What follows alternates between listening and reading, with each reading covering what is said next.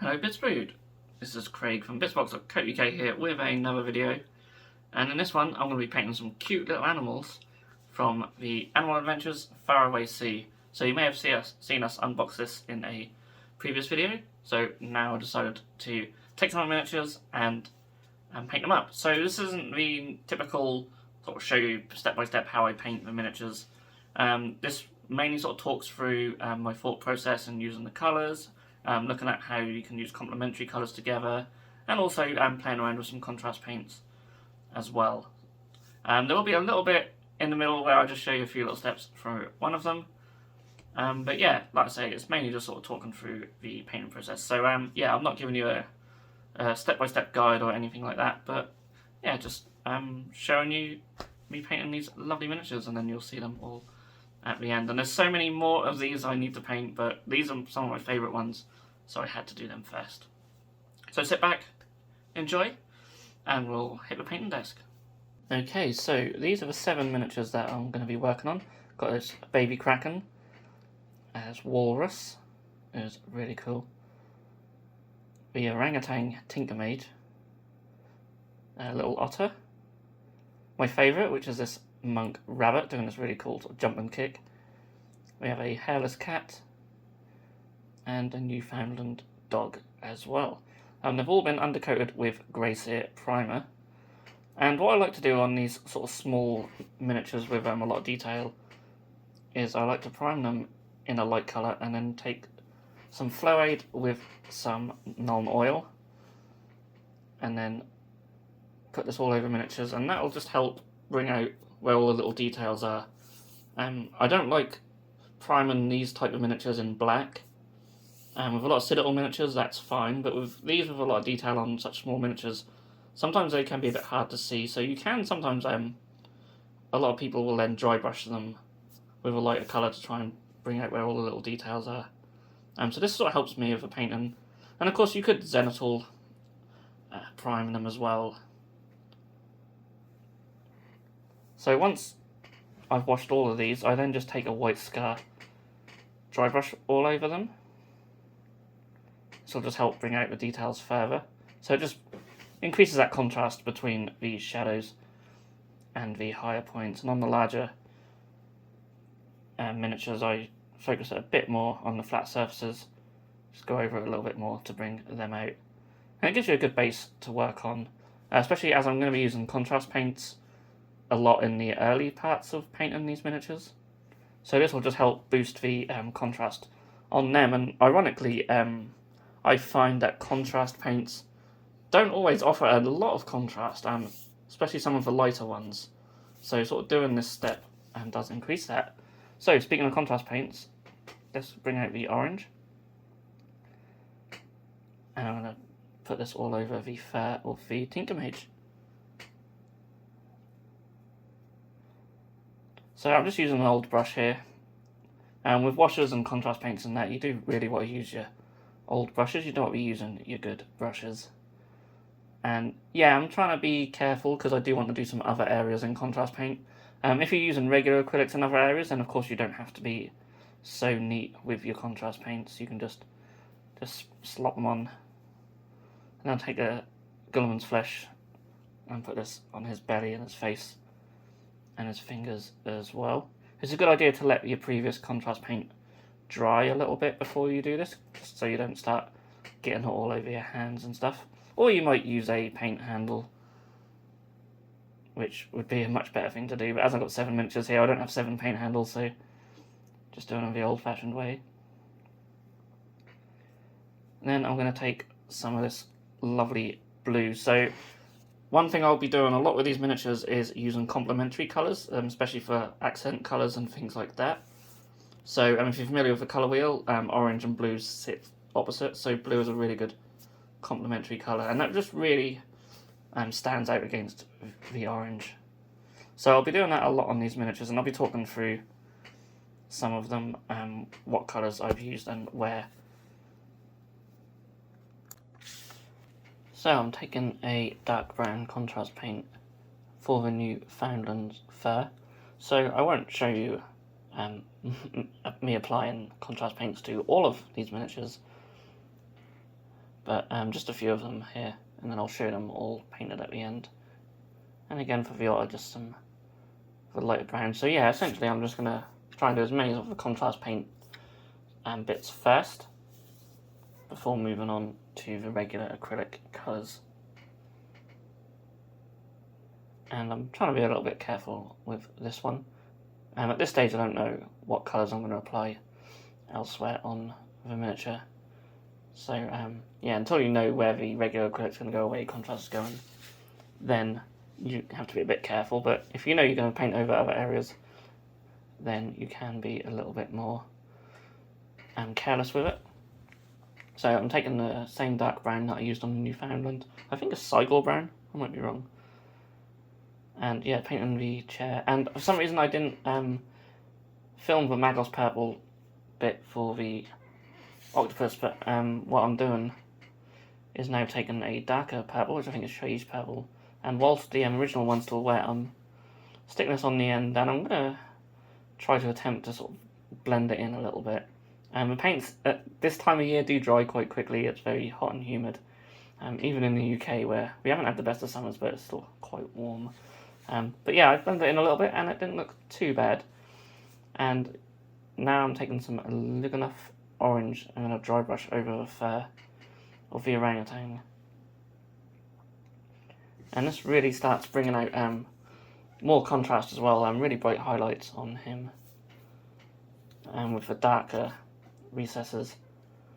And here I'm just showing that, you know, with these contrast paints you can apply multiple coats. I didn't feel like the Creed camo on the Newfoundland was dark enough. I didn't really like how it covered, to be honest. You can sort of see that it's very dark in the recesses, but not so much on top, which is fine. I do like the added contrast, and that's why I done the first step, but it just didn't feel like it was sitting right on top of them higher points. I don't know, there was just something about it, but persevered. And then I think at this stage I decided I just really wanted to get one miniature done, so I went with the orangutan and yeah, started painting on the metallics. So I used some brass here. That's the Rune Lord brass, which I'm a really big fan of. Really like that colour. So I didn't really want a shiny gold, because I think it would just conflict with his fur too much. So that's another thing you need to sort of think about when choosing your colours. If you have a bright miniature, then do you want the bright gold, especially as he's like orange as well, so you just don't want to get lost. So I wanted to make that look different. And then I'm coming in just with some lead dodger for the silver areas.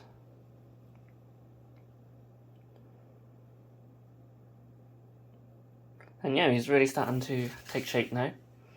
Also painted the pipes and stuff black.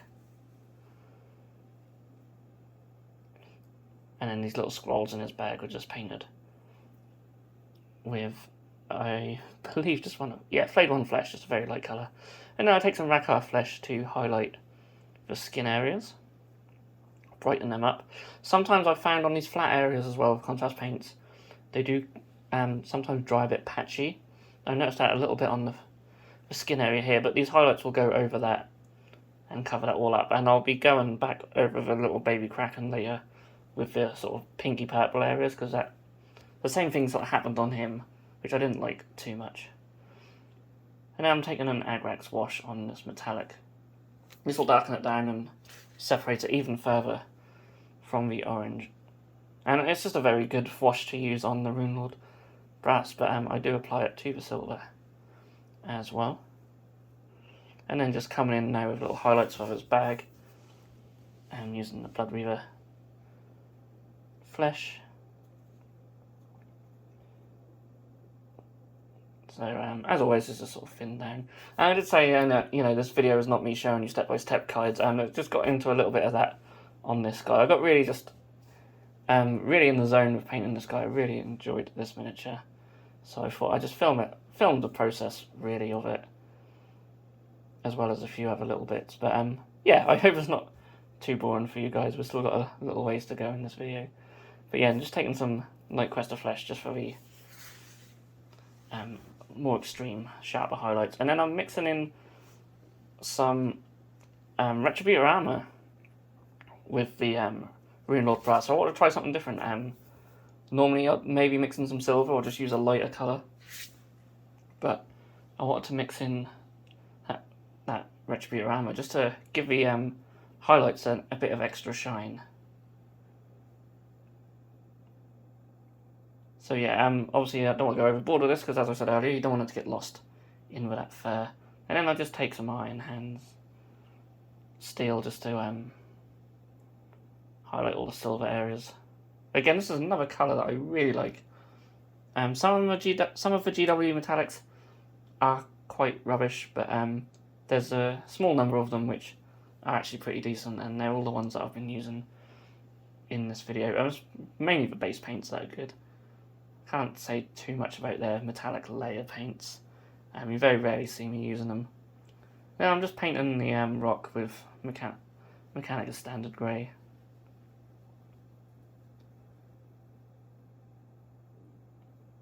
And then just paint the rim and the base black. And with a lot of D&D miniatures, I just paint the bases black.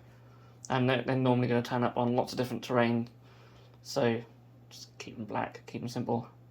And I believe I also put a wash over the rock as well. So here we're back with the baby crack, and then you can see I've painted some yellow areas on him, and his eyes, and these little balls that are hanging from his wheelchair thing. So yeah, again, it's all about the complementary colours here, so purple and yellow complement each other really well. You can see the yellow in the lantern there as well, and that was just with the yellow contrast paint over white. So yeah, I was highlighting up his wheelchair and then just putting in some flayed one flesh here for the little suckers on his tentacles. And then going in with the white, I just wanted his eyes to look really sort of bright, so I just added some white here. So you can see I've sort of gone for this slight gradient of the orange, yellow, white in his eyes, and I think it came out pretty good. And then, yeah, here I'm just taking some Screamer Pink, because I just found especially sort of transitions, they just weren't too great, so it's sort of just adding in a bit more of a transition between the two contrast paints I used. It's thinned down to sort of almost glaze consistency, just a little bit thicker.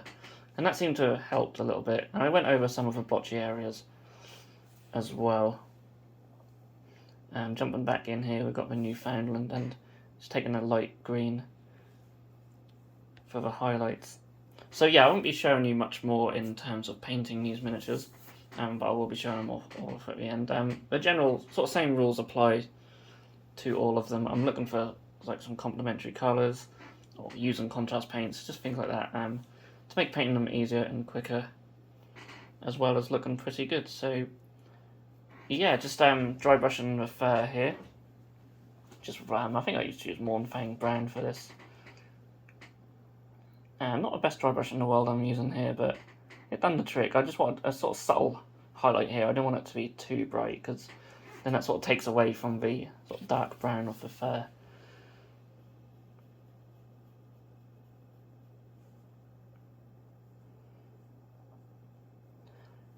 And then any excuse to use Talisar Blue, definitely my favourite contrast paint. So I just went in with these little balls around his neck, painted them white, and then put the Talisar Blue over this nice bright blue. And again, I've used some complementary accents here. There's all the bits of rope and stuff are red, which complement the green of his cloak. But I wanted to use some Talisar Blue because it is really striking, and it directs the eye towards the head of the miniature a bit more as well, which I didn't feel that was doing at first. So that's always something to take note of as well when you're painting miniatures, is where does it take your eye? You do want the person's eye to go towards the face of a miniature typically, which is harder on animals, I find. They're sort of fair, the same colour all over. You see a lot of the fur, not just the skin where you would in a human. Of course, these do have clothes, so it's not too bad. And yeah, here are some final miniatures at the end. I'm really happy with how they all came out. Here's a walrus. We didn't see much of him, but again, using them complementary colours, he's got the red cloven with the green armour and a gold around that. I think it looks really nice. Green and gold just looks so good together. And the little hairless cat, not a great picture, I'm afraid. Yeah, just I think I lost a bit of the detail around the eyes with him. Baby Kraken came out really well, and you can see the blends on the tentacles look a little bit better now. I'm really happy with him. Again, the yellow and the purple working really well. And my favourite one, the monk rabbit. I just love his flying kick pose. I'm really happy with how he came out. And we've got a Newfoundland. Yeah, this Vitalsar blue is just, I love it. It's just my favourite contrast paint, so I had to get it in there. And then we have the little baby otter at the end.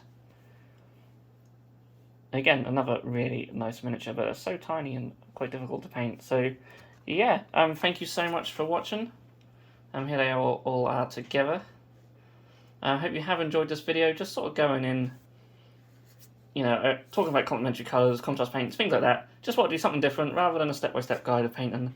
I just want to talk more about my sort of thought process behind some of the techniques and colours and stuff like that. So I hope that all makes sense and that's proved useful, or just at least somewhat interesting to some of you guys, or just something nice to have on in the background while you paint your own miniatures. And if you have enjoyed it, then please do give us a thumbs up. And if you haven't subscribed to our channel, then please do. Button is down below. And all I have to say is thank you so much for watching. I really appreciate every second you guys spend watching and listening to these videos. So thank you so much. I'll see you all again in the next video.